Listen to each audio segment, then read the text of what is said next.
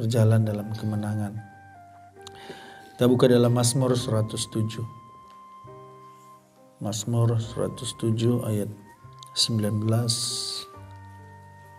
Ya, Mazmur 107 ayat 19 sampai 22.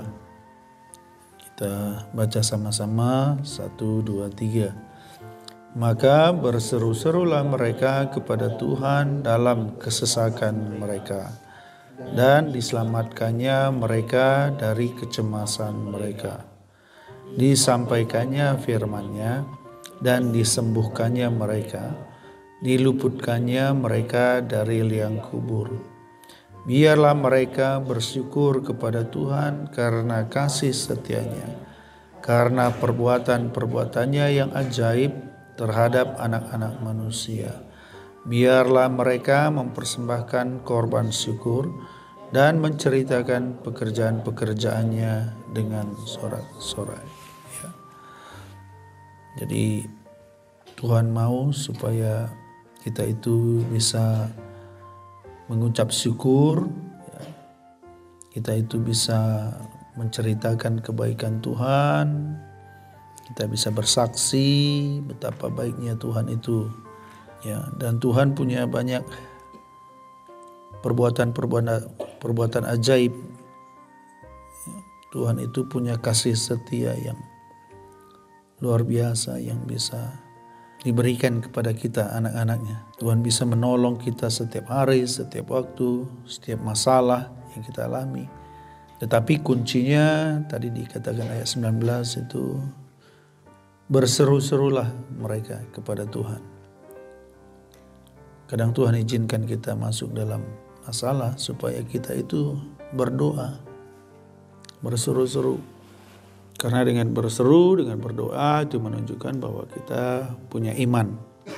Dan semua mujizat yang Tuhan buat itu selalu kuncinya selalu diawali dengan iman. Tuhan tidak bisa melakukan mujizat menolong kita kalau tidak ada iman di hati kita. Ya, iman itu adalah kita percaya kepada janji Tuhan walaupun itu belum terjadi di dalam diri kita. Itu iman. Kita percaya, kita sudah melihat apa yang akan terjadi ketika kita datang kepada Tuhan. Ketika ada seorang ibu yang anaknya sakit keras, hampir mati, dia datang kepada Yesus. Dia bukan orang Israel, dia bilang, Yesus, anakku sakit keras, tolonglah. Waktu Yesus lihat dia bukan orang Yahudi, dia bilang, maaf, kau tidak layak karena kau bukan orang pilihan. Nah, Tuhan kadang mau lihat iman. Tapi ibu itu apa? Dia berkata, Tuhan, satu patah kata saja engkau ucapkan Tuhan, anakku pasti sembuh. Ya, sepatah kata saja Tuhan ucapkan, anakku pasti sembuh. Dan akhirnya waktu Yesus lihat ibu itu, dia melihat iman itu. Yesus berkata, jadilah seperti imanmu, dan anaknya sembuh. Sama juga ya, ketika seorang wanita sudah 12 tahun pendarahan. Waktu dia mendengar Yesus datang ke kotanya, dia berkata dalam hatinya, asal ku jamah saja jubah Yesus, pasti aku sembuh. Dan betul. Nah, jadi iman itu mendahului kuasa Tuhan. Tanpa iman, kita tidak akan melihat perbuatan yang ajaib dari Tuhan. Ya, berseru kepada Tuhan dengan iman. Bukan berseru karena panik. Bukan berseru karena putus asa. Bukan berseru. Beda. Ada orang berdoa, Tuhan tolonglah aku gak sanggup lagi nih Tuhan. Banyak kali penderitaanku Tuhan. Tolonglah aku Tuhan. Nah, itu doa tanpa iman. Gak ada iman di situ. Makanya kadang gak ditolong Tuhan. Gak ada mujizat, gak ada kesembuhan. Tapi kalau iman itu tidak begitu doanya. Dia berdoa, Tuhan aku percaya Kau menyembuhkan aku. Aku percaya Engkau menolong aku. Dan dia percaya dan dia tidak goyah bahwa Tuhan pasti akan menolong dia. Nah, belajar punya iman. Berdoa dengan iman. Berseru-serulah mereka kepada Tuhan. Dan diselamatkannya mereka dari kecemasan mereka. Ya, Tuhan kita itu Tuhan yang hidup, bukan Tuhan seperti Tuhan agama lain. Agama lain itu Tuhannya mati semua. Ada kuburannya sekarang di mana-mana. Tapi Yesus itu, dia hidup, kuburnya kosong. Artinya dia sekarang hidup, dia berkuasa. Dia mendengar doa kita, dia bahkan sedang berdoa buat kita. Dan kita bisa berharap kepada dia dengan sungguh-sungguh. Seperti Abraham, walaupun 25 tahun dia menunggu janji Tuhan. Firman Tuhan bilang dia tidak goyah. Dia tidak pernah sekalipun bimbang dengan janji Tuhan. Yang sering kali menghalangi jawaban doa itu ketika kita mulai bimbang. Ditolong Tuhan gak ya? Disembuhkan Tuhan gak ya? Dilepaskan Tuhan gak ya aku? Kemudian dia rasa-rasakan, kayaknya belum. Gimana ini Tuhan? Kok belum Tuhan jawab? Udah, tertutuplah udah. Berarti kita ragu. Kadang Tuhan izinkan melatih kita itu untuk tetap percaya. Kalau kita sudah doakan, kalau kita sudah minta, Tuhan pasti jawab. Masalah waktunya itu terserah Tuhan. Mau sehari, seminggu, sebulan, setahun, 10 tahun. Tapi Tuhan pasti jawab. Ya. Tuhan berkuasa ya menyelamatkan kita. Dari apa saja, dari dosa, dari masalah, dari sakit penyakit. Di tempat ini kita ayo belajar praktek punya iman. Apa yang menjadi kerinduan saudara? Saudara bisa catat, Tuhan, aku mau ini untuk kemuliaan Tuhan. Aku akan menceritakan perbuatan baik Tuhan. Aku akan bersaksi pekerjaan-pekerjaan Tuhan yang Tuhan sudah kerjakan. Aku akan sampaikan kepada orang lain bahwa Tuhan itu luar biasa. Setiap kali orang disembuhkan oleh Tuhan Yesus, mereka gak tahan, gak cerita. Tapi kadang kalau kita udah ditolong Tuhan, kita diem, kita simpan. Itu gak membawa kebaikan. Kita harus ceritakan kebaikan Tuhan. Kenapa kita ditolong Tuhan? Supaya kita bisa bercerita kepada orang lain, bersaksi. Oh, Tuhan itu luar biasa baik. Orang yang malu dengan Tuhan, orang yang gak mau bersaksi, orang itu berarti gak menyadari kebaikan Tuhan. Disampaikannya firman-Nya dan disembuhkannya mereka. Seringkali dan bahkan lebih banyak orang disembuhkan itu ketika dia bersekutu dengan firman Tuhan. Sebabnya firman Tuhan ini sangat berkuasa, sangat penting. Orang yang disembuhkan di KKR, orang yang disembuhkan ketika ditumpang tangani, itu hanya mungkin 5-10%, sedikit sekali. Tapi orang yang disembuhkan ketika dia bersekutu dengan firman Tuhan, ketika dia merenungkan firman Tuhan, ketika memperkatakan firman Tuhan, itu jauh lebih banyak ya. Ketika kita sakit, kita cari ayat-ayat di mana Tuhan menyembuhkan orang-orang yang sakit. Dan kita percaya, Tuhan, aku pun bisa sembuh. Dan aku percaya aku sudah sembuh. Nah begitu, aku percaya aku sudah menerima janji Tuhan. Satu kali ada seorang, ini kisah nyata. Dia punya tumor di lehernya. Dia dengar, ada KKR, yuk ke sana yuk, ayo.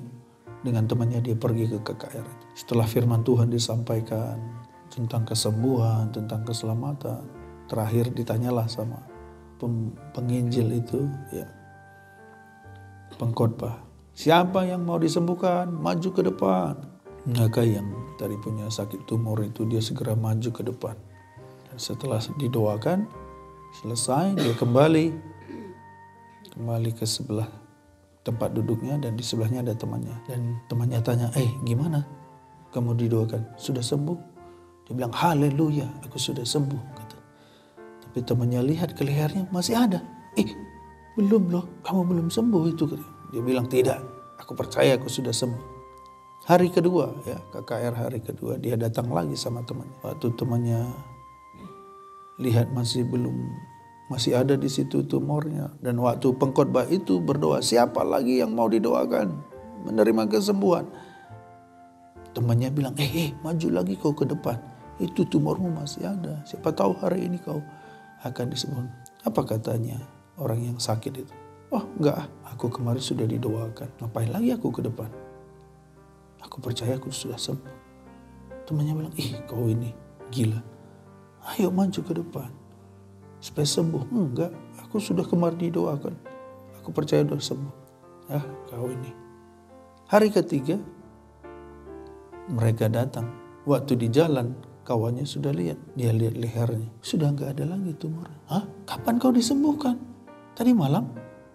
Temannya bilang, enggak. Aku sudah disembuhkan waktu hari pertama ketika aku maju ke depan. Aku sudah percaya aku sudah disembuhkan. Itu iman. Ada orang enggak begitu. Udah 100 kali ikut KKR tapi enggak sembuh-sembuh. Kenapa? Itu tadi. Dia maju ke depan didoakan tapi enggak percaya dia. Dirasa-rasanya, masih ada, masih begini, aku belum sembuh. Ya enggak sembuh-sembuh lah. Enggak ada iman di situ. Mau 100 kali pun ikut KKR, ditumpang tangan, tumpang kaki. Pendeta A sampai Z. Tapi kalau enggak pakai iman enggak sembuh-sembuh. Enggak pulih-pulih. Kita harus percaya ketika Tuhan sudah bilang A, pasti terjadi. Dan hiduplah dengan iman, dengan seperti saudara sudah menerima itu. Itu iman.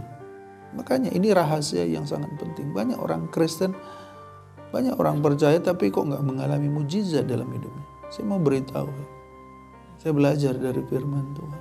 Dan nggak pernah Tuhan nggak jawab doa saya. Karena saya tahu dari firman Tuhan sederhana sekali. Iman, percaya. Ketika kita sudah mendengar firman Tuhan, percaya. Kalau hari ini iman kita berkata, ya Tuhan, memang hari ini aku sakit, tapi aku percaya aku sudah sembuh. Ya Tuhan, hari ini bapak mamaku belum bertobat, tapi aku percaya mama bapakku pasti bertobat. Gitu. Ya Tuhan, hari ini ada masalahku, tapi aku percaya Tuhan sudah menyelesaikan masalah. Dalam nama Yesus. Oleh bilur-bilur darah Yesus aku sudah sembuh. Oleh bilur-bilur darah Yesus aku menang. Biarlah mereka bersyukur kepada Tuhan karena kasih setianya, karena perbuatan-perbuatannya yang ajaib. Kadang kita hidup dalam ucapan syukur gitu. Walaupun masalah kita itu mungkin belum kelihatan diubahkan Tuhan. Mulut kita ini udah bersyukur. Masalahnya kadang ketika kita sudah percaya kepada Tuhan, janji Tuhan, tapi mulut kita ini gak bersyukur. Mulut kita mengeluh, bersungut-sungut. Jadi beda gitu. Kok aneh ya? Di sini kita percaya kepada janji Tuhan, tapi mulut kita itu gak bersyukur gitu. Nah itu yang menghalangi mujizat dalam hidup kita. Gak terjadi. Banyak orang tidak mengalami janji Tuhan. Mereka undur, mereka lemah, bimbang gitu. Makanya firman Tuhan juga katakan, orang yang bimbang seperti kapal yang diombang-ambing, mereka tidak akan mengalami pertolongan Tuhan. Banyak sekali orang Kristen gak mengalami mujizat Tuhan karena waktu menanti Tuhan itu mereka akhirnya lemah, bimbang. Kapan ini ya Tuhan? Kok kayaknya entah gak bisanya Tuhan. Entah gimana nya. Lama kali Tuhan. Ya akhirnya gak jadi-jadi. Harusnya kita bersyukur. Kita harusnya bersuka cita. Abraham itu dikatakan ketika menunggu 25 tahun pun hatinya gak bimbang. Bahkan dia katanya bersuka cita di dalam menanti janji Tuhan. Makanya dia terima janji Tuhan. Gitu. Kadang kita kan seperti orang gila kayak tadi kan. Yang orang sakit tumor tadi. Setan akan selalu bilang. Jadi waktu kita menunggu janji Tuhan itu, ya kan, antara kita percaya sampai Tuhan bikin mujizat. Di tengah-tengahnya itu kan setan bekerja. Gimana supaya itu gak terjadi kan? Dia taruhlah dalam pikiran itu kebimbangan, ketakutan, kecemasan, gak percaya. Akhirnya malah kita menyalahkan Tuhan. Kok gak dijawab Tuhan sampai hari ini? Nah kalau begitu kita bimbang udah tertutup semua. Satu hari Daniel berdoa untuk pemulihan Israel. Setelah 2 minggu malaikat Tuhan datang. Mikael datang. Dia bilang, ketika hari pertama engkau berdoa, Tuhan sudah memerintahkan aku untuk menjawab doamu. Jadi begitu kita sudah duduk berlutut berseru kepada Tuhan, saat itu juga Tuhan sudah perintahkan malaikat untuk menjawab doa-doa kita. Percaya itu. Tiap kali saudara datang ke sini, Tuhan sedang menanti saudara untuk meminta sesuatu. Dan Tuhan sedang mendengar doa saudara. Ingat ini, jangan bimbang. Tapi kata Mikael, iblis itu menghalangi aku. Jadi setan itu gak mau kita bersaksi tentang kebaikan Tuhan supaya orang lain bisa akhirnya juga percaya. Jadi ada waktu kadang. Jadi dalam peperangan rohani, roh itu di atas ini begitu kita mulai berdoa, Tuhan mau jawab tapi setan berusaha menghalangi. Kita harus terus percaya gitu. Dan akhirnya Tuhan jawab doa-doa Daniel kan. Tapi kalau umpamanya di tengah jalan itu kita lemah, ya udah nggak terjadi. Berarti setan yang lebih kuat gitu. Tapi kita terus berdoa, terus percaya, terus bersyukur, maka jawaban doa itu akan segera datang. Kita tidak bisa mempercepat memang jawaban doa kita karena Tuhan itu kadang melihat hati, ya kadang. Tapi kita bisa memperlambatnya. Kalau kita terus bimbang, terus ragu, terus nggak mau bersyukur, maka janji-janji Tuhan itu makin lama, makin panjang, makin sulit, bahkan mungkin nggak jadi karena apapun Tuhan bisa ubahkan. Selalu saya ingatkan, menolong kita buat Tuhan itu hal yang paling kecil. Ingat ini, menolong kita itu hal yang paling kecil buat Tuhan. Jadi jangan ragu, Tuhan itu punya banyak perbuatan ajaib. Tinggal ya kita menerima itu. Bahkan Tuhan lebih rindu memberikan janjinya kepada kita daripada kerinduan kita untuk mendapat janjinya. Tuhan itu sudah siapkan, apa kau mau? Mintalah maka aku akan berikan, kata Tuhan kan. Jadi tinggal minta gitu. Tapi minta dengan iman. Tapi kadang kita minta saja pun nggak mau. Minta saja kita ragu kan. Mintalah seperti anak kecil gitu. Yang dia sungguh-sungguh percaya bahwa Bapaknya pasti berikan. Makanya kita perlu merendahkan diri seperti anak kecil. Ya, ayo apa saja minta supaya kita bisa bersukacita. Kita bisa bersaksi terus. Kemarin aku sakit, aku disembuhkan Tuhan. Tidak ada hal yang paling besar kecil di dalam Tuhan. Sekecil apapun minta sama Tuhan. Belajar doa-doa kecil kita. Tuhan, aku lagi batuk, dalam nama Yesus aku sudah sembuh. Tuhan, sepatuku koyak, aku butuh sepatu dalam nama Yesus. Saya satu kali pernah melihat, ada sepatu bagus ya, Nike. Tapi ngapain pula pendeta pakai Nike? Nggak perlulah, mahal lagi. Hidup sederhana aja lah udah. Tahu-tahu ada pendeta Korea di sini. Pastor Rante katanya ngetok pagi-pagi. Padahal baru beberapa hari yang lalu. Kenapa pastor? Pastor mau sepatu terlalu kecil buat saya. Dikirim dari Jakarta. Rupanya Nike. Tuhan itu kadang lucu. Sehingga membuat kita, luar biasa. Hal-hal yang kecil pun Tuhan pikirkan. Jangan pikir Tuhan gak memikirkan hal-hal kecil gitu ya. Satu kali saya pulang kerja. Di pabrik dulu. Hari udah mau hujan. Mobil gak ada. Dan panas. Ya. Kemudian saya berpikir gini, Tuhan bisa gak sih? Ini kan mobil ini banyak nih seliwan. Masa gak ada satu mobil pun Tuhan bisa perintahkan yang pakai AC supaya saya bisa pulang gak kena hujan. Gak panas Tuhan gitu. Tiba-tiba mobil berhenti. Mas Rante, siapa? Rupanya tetangga saya. Ayo naik mas. Ya udah naik mobil AC, ya kan, nggak kehujanan. Dan itu udah beberapa kali. Saya pulang dari Israel kan, turun di Medan di stasiun Sutra di Medan itu. Sama juga. Udah jam 11 malam, nggak ada lagi mobil Sutra nggak ada, Sinabung nggak ada. Ada sampri-sampri, saya malas juga naik sampri karena kencang-kencang kayak setan kan. Nggak bisa tidur juga gitu. Saya bilang, Tuhan, tolonglah Tuhan, udah capek kali aku Tuhan. Kalau bisa ada mobil ya kan pakai AC, bisa tiduran Tuhan gitu kan. Ini kan mobil ini semua Tuhan yang miliki, bukan manusia.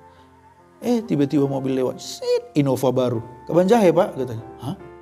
Iya saya bilang, mau Bapak di kursi paling belakang? Ya mau saya bilang. Koper saya taruh di bagasi, saya di bagian belakang, udah bisa tidur. Rupanya itu mobil yang ke Aceh, mobil pribadi. Dan penumpangnya pun cuma 3 orang di ruang depan sama tengah. Saya di belakang sendiri, bisa tidur sampai berastagi pakai AC. Maksud saya, Tuhan itu seperti itu gitu, hal-hal yang kecil pun. Ada pendeta di sini, orang Amerika. Saya belum waktu itu pendeta ya, saya bantu-bantu aja di sini. Saya lihat dia punya kacamata Ray-Ban keren. Di kacamatanya itu bisa jadi sekalian headset. Kan keren kan, dengerin musik sini pakai kacamata Ray-Ban. Mantap kali sih. Tapi kalau minta kan gak enak. Ya Tuhan, kalau aku punya begitu ya. Hari ketiga udah selesai acara, mereka pulang naik mobil kan. Saya berdiri di situ. Udah mau jalan mobilnya, tiba-tiba berhenti. Dia buka jendelanya. Dia bilang, "Hei Rante, sini." kau mau ini? Katanya. Dikasihlah kacamatanya itu sama saya. Tuhan itu tahu hati kita loh. Dan Tuhan kadang menunggu kita ya. Percaya kepada Tuhan. Amin. Dan banyak lagi kalau mau diceritakan nanti ya, nggak selesai sampai 1 minggu ini ya. Dan saya rindu ya, saudara ya, adik-adik di sini, ayo belajar selalu rindu berseru, menaikkan doa-doa kita. Ya, hal-hal yang paling kecil sekalipun. Ada satu lagi cerita sebelum kita selesai. Ada di sini dulu anak sekolah kitab, namanya Manase. Dia suka sakit. Terus satu kali dia sakit parah. Terus dia nggak bisa makan apapun. Terus hari itu ketika dia lagi di kamar, dia berdoa begini. Tuhan, aku nggak bisa makan apa-apa, tapi aku pingin kali makan daging. Namanya sekolah kitab, jangan dulu mana pernah makan daging, ya kan? Di sini pun paling ya sekali sebulan ya kan, atau sekali seminggu. Kadang udah enak di sini ya, sekali seminggu ada jadwalnya bisa lah makan. Tapi pingin kali makan daging. Dari mana datangnya daging? Tahu-tahu baru berdoa, tiba-tiba burung puyuh masuk ke kamarnya. Akhirnya di hari itu makan daging. Susah nggak buat Tuhan menolong kita? Enggak. Oh, satu lagi, ada seorang pendeta di Kalimantan. Ini pun kesaksian. Dia tinggal di hutan, dia di hutan sama istrinya, jauh di ladang-ladang sana. Mereka sangat sederhana, cuma makan ya ubi sayur, nggak ada ikan. Terus dia bilang begini, Tuhan pingin kali aku makan ikan Tuhan, tapi dari mana ya Tuhan? Tapi aku percayalah Tuhan, tolong aku rindu makan daging. Biston pagi-pagi lagi doa, tiba-tiba buar. Apa itu? Keluar dari rumahnya. Dia lihat di atas atap rumahnya ada ikan. Padahal dia jauh dari laut, tapi ada ikan laut kayak ikan tuna gitu. Tahu dari mana? Ada Raja Wali yang nangkap ikan di laut. Dia terbang sampai ke sarangnya, tapi di tengah jalan mungkin Tuhan suruh lepaskan kali ya. Cus, di atas. Ya, ayo belajar ya. Berjalan dengan Tuhan itu indah ya, luar biasa. Ayo belajar dengan iman, praktek di sini. Ya, anak sekolah kita, anak STT, pengerja semua. Itu yang saudara pelajari di sini. Bukan hanya sekedar punya ilmu, punya gelar. Enggak penting itu ilmu, gelar. Oke lah. Tapi yang lebih penting itu ketika kita bisa belajar berjalan dengan Tuhan. Percaya, belajar beriman, belajar berjalan dalam kuasa Tuhan. Ya. Jadi apa yang ditulis di Alkitab itu, semua itu bisa terjadi. Bukan mereka aja, saudara pun bisa. Bahkan Tuhan bilang, kau akan melakukan hal-hal yang lebih besar dari yang kau lakukan. Mari kita berdoa. Kami bersyukur pagi ini Tuhan. Tidak ada yang mustahil bagi Tuhan. Kami bisa mengalami perkara-perkara besar. Mujizat Tuhan itu tersedia bagi kami, adalah bagian kami, milik kami ya Tuhan. Ajar kami hidup dalam setiap hari di tempat ini. Berkati kami semua, berkati gereja-gereja Tuhan, hamba-hamba Tuhan, umat-umat Tuhan pagi hari ini.